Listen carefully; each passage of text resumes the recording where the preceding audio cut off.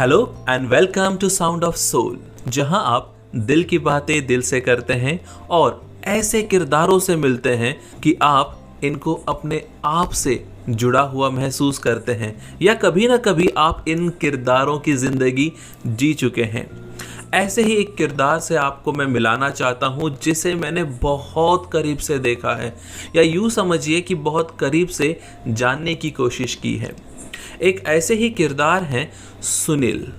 और वैसे भी जो मैं आपको बताने जा रहा हूँ वो कोई कहानी नहीं है, वो एक सच्ची इमोशनल खुद की आप बीती है जो कि मैं अपने लफ्ज़ों में ढा के आपको बता रहा हूँ।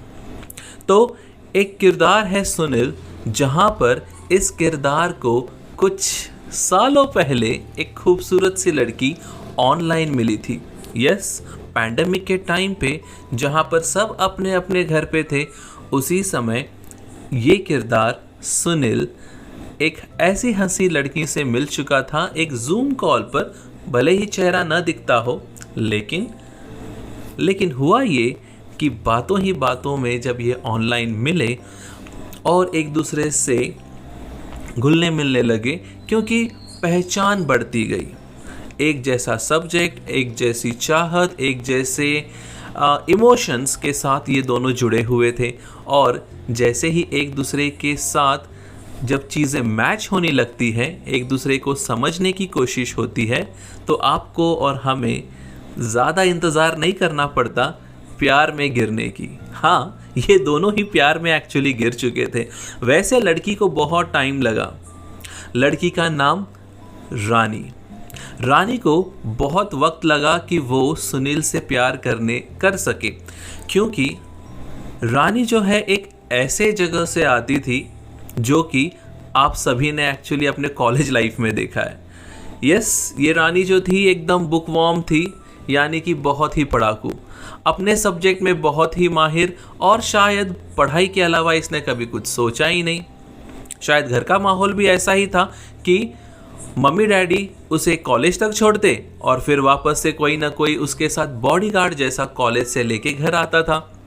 तो इस मामले में अगर देखा जाए तो रानी को सिवाय पढ़ाई के अलावा और कभी कुछ सूझा ही नहीं।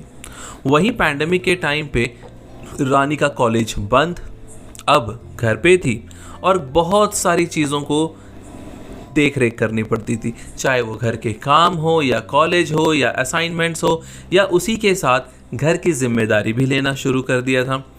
इसी दौरान वो जब जूम कॉल पर थी तो एक अनजान से व्यक्ति यानी कि एक लड़के सुनील से मुलाकात हुई। सुनील जो उसके सब्जेक्ट के ऑपोजिट में था, वो उसे कई सब्जेक्ट्स के बारे में, यानी कि उसके मैथमेटिक्स के बारे में, थियरम्स के बारे में, उसके प्रोजेक्ट्स के बारे में कई सवाल करता था। और ये रानी को बहुत पसंद था, क्योंकि उसे लगता था कि कोई मेरे सब्जेक्ट के बारे में इंटरेस्ट दिखाए या कोई बात करे और उसे वो एक्सप्लेनेशन करना बहुत अच्छा लगता था, या यूँ कहिए कि पढ़ाई सिखाना या उसे किसी को बताना उसे अच्छा लगता था, यानी डाउट क्लियरेंस के लिए। अब जब ये बातें बढ़ती गई सब्जेक्ट्स के बारे में, एक दूसरे के बारे में, एक दूसरे की जान पहचान, एक दूसरे की अच्छाई बुराई, और ये धीरे धीरे जो बातें हैं किसी तरह से प्यार में तब्दील हो गई। एक्चुअली दोनों को भी नहीं पता चला कि प्यार हो चुका है, लेकिन फिर भी एक दूसरे के साथ ये बातें करते रहे। बहरहाल पैंडेमिक ख़त्म हुआ, एक दूसरे को इन्होंने एक दिन डिसाइड किया कि ऑनलाइन देखेंगे। ऑनलाइन के बाद इन्होंने पहली बार जब एक दूसरे को कैमरे के सामने देखा तो सुनील और रानी एक दूसरे से बहुत ही अनजान थे और बहुत ही जुड़े हुए और जाने पहचाने भी थे। जैसे ही इन्होंने एक दूसरे को कैमरा के सामने देखा तो रानी को पता चला कि उसी का कोई सीनियर उसके साथ अब तक चैटिंग कर रहा था, और वहीं सुनील को भी पता चला कि उसी की कॉलेज की जो लड़की है वो उसके साथ अब तक चैट कर रही थी। लेकिन उनको ये नहीं मालूम था कि वो एक ही कॉलेज के हैं, क्योंकि नाम बदल के चैटिंग करना या बातें करना ये तो आज का ट्रेंड है, राइट। तो बहरहाल दोनों में अब एक दूसरे से पहचान तो हो गई थी, एक दूसरे के सब्जेक्ट के बारे में भी जानना पहचानना हो गया था, और सबसे इम्पॉर्टेंट है कि घर और एक दूसरे की बातों को समझने इमोशनली लग गए थे। अब इस तरह से ये हुआ कि इन दोनों के बीच में प्यार जाहिर तो हो गया, इन्होंने एक दूसरे को कहा भी। अब मौका था आगे बढ़ने का। अब कई चीज़ें ऐसी होती गई जो शायद हर प्यार में होती हैं। एक दूसरे के बारे में स्टोरीज़ लिखना, एक दूसरे के लिए कविताएं लिखना, एक दूसरे के लिए जान जीने और मरने की कस्में खाना। अब ये तो हुआ जो होता है फिल्मों में, बट इसी के साथ रात में घंटों बातें करना। यूँ समझिए कि ठंडी सी हवा जो बाहर खिड़की से चल रही थी सुनील के घर में, वही ठंडी हवा वो ये सोचता था कि कहीं ना कहीं जाके रानी से भी मिलती होगी और उसके बदन को छूती होगी। बस यही बात रहती थी कि दोनों को ऐसा लगता था कि शायद चांद भी उन दोनों के लिए निकला हो, ये हवा भी उन दोनों को बहते हुए उन दोनों के बदन को छूते जा रही है। रातों को बातें होती थी, रातों को मुलाकातें होती थी और रातों को वीडियो कॉल भी होती थी। छुप छुप के ये सब होता था, बिना किसी के जाने, बिना किसी के पहचाने। बट इन दोनों को मालूम था कि ये प्यार है, और प्यार में दोनों ही बहुत ही गुम हो चुके थे। बहरहाल एक दिन ऐसा आया कि रानी ने कहा कि उसकी शादी जल्द ही होने वाली है, कुछ करना पड़ेगा। अब सुनील तो बहुत ही तेजी से अपने करियर की तरफ ध्यान दे रहा था। वो जल्द ही सेटल हो चुका था और उसने उसके पापा से बात भी कर ली थी, लेकिन उसके पापा कहते थे कि अभी शादी के लिए रानी तैयार नहीं है, तुम कुछ दिन और रुक जाओ। बहरहाल वो मान तो जाते क्योंकि उन्होंने कहा रुक जाओ, और सुनील रुकने को भी तैयार था। इस तरीके से कुछ 1 महीना गया, 2 महीना गया, और फिर रानी ने एक बात बताई जो शायद अब तक सुनील को मालूम नहीं थी। रानी ने ये कहा कि उसकी जो ज़िंदगी है बहुत ही कठिनाइयों से बीती हुई है। जहां हम देखते हैं कि सुनील एक बड़े ही शिष्टाचार या एजुकेटेड फैमिली में पैदा हुआ था, वहीं रानी का जो बैकग्राउंड था बहुत ही अंधकारमय या बहुत ही डिप्रेशन वाला था। देखा जाए तो उसके पिताजी बचपन में 2 औरतों के साथ रहते थे। अब उन्हीं में से एक औरत की बेटी है रानी। उसने अपनी माँ को हमेशा खुश नहीं देखा, क्योंकि उसके पिता हमेशा या तो दारू पी के आते थे घर पे, या रानी के माँ को मारते थे, फिजिकली असॉल्ट करते थे। माँ चाहती तो एक्चुअली अपने पति को वहीं छोड़ देती थी, लेकिन क्या करे, एक बच्ची जो उसकी गोद में थी, दूसरी बच्ची जो स्कूल जा रही थी, और तीसरा होने वाला था। अब इस हालत में वो कहाँ किसी को छोड़ के जाती। तो प्रताड़नाएं अपने पति की सहती, जैसे भारतीय नारी सहती हैं, उस तरीके से उसने सारे जुल्म सहे। उन जुल्मों में ही पली बड़ी रानी ने अपनी माँ को कभी खुश नहीं देखा। उसने जब भी देखा एक मर्द को एक औरत के ऊपर हाथ उठाते हुए देखा। वो कहीं ना कहीं इस बात को लेकर डरती थी कि कहीं उसका होने वाला पति भी ऐसा मारने पीने वाला ना निकले, और इसीलिए वो शादी या प्यार से भी डरती थी। लेकिन अब तो रानी और सुनील में प्यार हो चुका था। अब कर कुछ नहीं सकते थे, ना पीछे हट सकते थे। अब सिर्फ एक चीज़ कर सकते थे, और वो है शादी। रानी ने यह भी कहा कि जैसे उसका बचपन सिर्फ माँ को मारते हुए यानी पिटते हुए देखा है, वैसे ही उसने ये भी देखा कि उसकी माँ सिर्फ और सिर्फ पैसों के लिए अपने पति के सामने कुछ चंद चीज़ों के लिए गिड़गिड़ाते हुए देखा है, यानी उसके खुद के अधिकार के लिए। रानी ने यह सोचा कि पढ़ लिख के वो कुछ बनेगी और फिर पक्का एक दिन अपने अधिकार को पाने की कोशिश करेगी। बहरहाल उनके पिताजी का रुतबा इतना अच्छा था और रवैया इतना घटिया घर में कि कभी भी रानी को एक माँ या बाप का प्यार मिलने से रहा।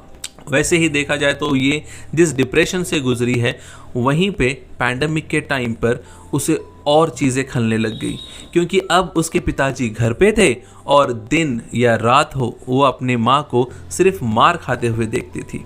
अब इसी के चलते हुए ने मर्द जाति पर विश्वास करना छोड़ दिया। और एक दिन ऐसा आया कि जैसे ही सुनील ये शादी की बात करने के लिए घर पहुंचने ही वाला था कि एक दिन पहले रानी ने फ़ोन करके कहा कि सुनील, अब मैं तुमसे नहीं मिल सकती, मेरी शादी कहीं और हो गई है और मैं कुछ ही दिनों में शादी करने वाली हूँ। सुनील एकदम भन्नाट गया, उसको समझ में नहीं आया कि हुआ क्या। उसने क्या सुन लिया कि अब तक जो लड़की उससे के साथ प्यार और मोहब्बत और शादी की बात करती थी, एक दिन में कैसे अचानक से ये बात पलट गई। सुनील एकदम डिप्रेशन में चला गया। उसने एक ही शब्द कहा कि अगर ये तुम्हारा फैसला है रानी तो मैं खुश हूँ। अगर तुम खुश हो इस फैसले से, अगर तुमको लगता है तुम्हारा होने वाला पति तुमको मेरे से ज़्यादा खुश रखता है और ये तुम्हारे इमोशंस हैं या ये तुम्हारा डिसीजन है, तो मैं कुछ नहीं बोलूँगा, क्योंकि मैंने कभी प्यार में तुमको पढ़ने के लिए नहीं बोला, क्योंकि ये तुम्हारा खुद का डिसीजन था। तुम्हें शादी करने के लिए मैंने फोर्स नहीं किया, क्योंकि वो भी तुम्हारा डिसीजन था। अब तुम मेरे से जुदा हो जाओगी, ये भी तुम्हारा डिसीजन ही होगा। इसी बात पे एक अच्छी सी शायरी याद आती है। कल तुम जुदा हुए थे जहां साथ छोड़कर, हम आज तक खड़े हैं उसी दिल के मोड़ पर। हमको इंतजार इसका कुछ तो सिला मिले, दिल की ये आरज़ू की वो भी हमसे कभी न कभी मिले। बहरहाल ये हुआ कि रानी जो है सुनील को छोड़ के चली गई। कुछ दिनों के बाद सुनील को ये पता चला कि जिस लड़के को उसने हाँ कहा है या जिस लड़के से उसकी शादी होने वाली है, वो लड़का एक क्लास 1 अधिकारी यानी गवर्नमेंट का सबसे उच्च पद पर एक गैजेटेड ऑफिसर है, जिसकी तनख्वाह शायद लाखों में होगी। और वहीं बेचारा सुनील सिर्फ प्यार भरा दिल लिए, कुछ चंद पैसे और आंखों में कई सपने, अपनी ज़िंदगी के आने वाले खुशहाल रानी के साथ बिताने वाली उन सभी सपनों को एक बंद कोठरी में बंद कर देता है। दरवाज़ा बंद करके चुपचाप रह के रोना शुरू कर देता है। कई दिन तक ऐसा ही चलता है कि वो भूलने की बहुत कोशिश करता है, लेकिन उनके दोस्तों को एक बात वो ज़रूर समझाते हैं, और वो ये बात हमेशा आपको भी याद रखनी चाहिए। जब भी आपका दिल टूटे, जब भी आपको लगे कि आपको किसी ने छोड़ दिया है या आपके साथ अगर किसी ने बेईमानी की है या आपका धोखा हुआ है, तो याद रखिए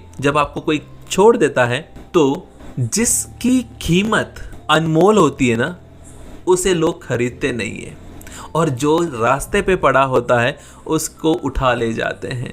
याद रखिए कि आप बहुत ही अनमोल है। जब आपका दिल टूटता है आप अपने लिए ही बेचैन हो जाते हैं, आपको ये समझ में नहीं आता कि करना क्या है। बट याद रखिए आप एक बहुत ही अनमोल इंसान हैं। 8 बिलियन लोग इस धरती पर हैं और उनमें से आप एक यूनिक हो। आपका अगर दिल टूटा हुआ है तो याद रखिए आप मुझे कांटेक्ट करिए, कमेंट करिए मेरे स्टोरी पे। मैं आपको हेल्प करने के लिए तैयार हूँ, क्योंकि मैं भी एक ऐसे ही दौर से गुजरा हूँ, मैं भी ऐसे ही दौर से बाहर निकल चुका हूँ। बस ये याद रखिए कि जब आपका दिल टूटता है तो अकेले मत बैठिए, दोस्तों के साथ बात करिए, क्योंकि वो आपकी ज़िंदगी को एनालाइज करेंगे।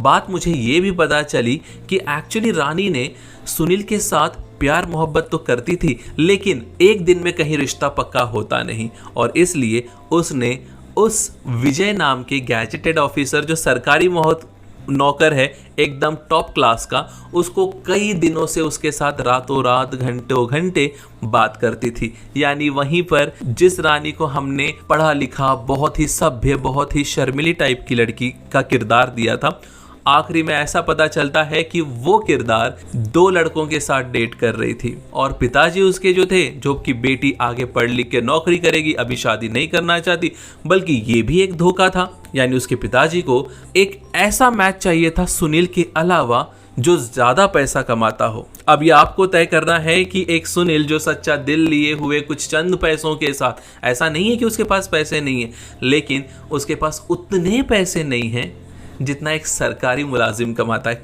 लाखों में, under the table above the table.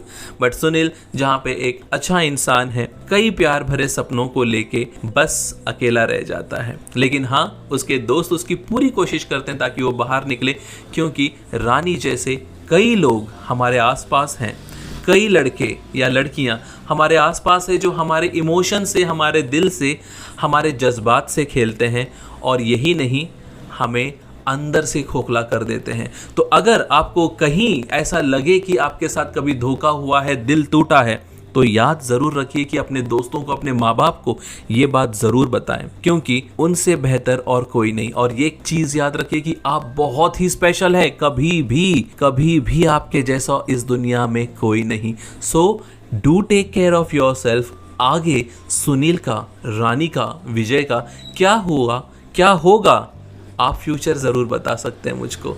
क्योंकि ये बात और एक है कि सुनील ने उसके होने वाले हस्बैंड को कांटेक्ट किया था, विजय को, ठीक है। लेकिन विजय ने क्या किया, विजय को लगा कि भाई उसको जो लड़की है उसके आधी उम्र की मिल रही है। यानी आप सोच सकते हैं कि विजय की जो होने वाली लड़की यानी रानी उसके आधे उम्र की है। इतनी जवान लड़की मिली है तो वो क्यों एक्चुअली उस लड़की को छोड़ेगा।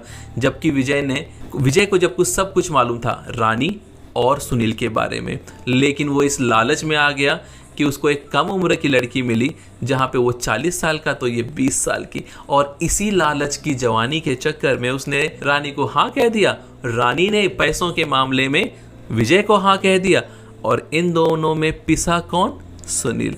आगे की स्टोरी आप खुद बना सकते हैं या नेक्स्ट एपिसोड के लिए रुकिए कि सुनील, रानी और विजय के बीच में आगे क्या होता है। Stay tune to the sound of Soul, because here आप ऐसे किरदारों से मिलेंगे जहां पर शायद इन किरदारों को आपने महसूस किया है, देखा है या मिले हैं कहीं ना कहीं। Signing off, this is Sudarshan. Thank you for listening to the sound of soul and a very happy and a brightful day. Thank you.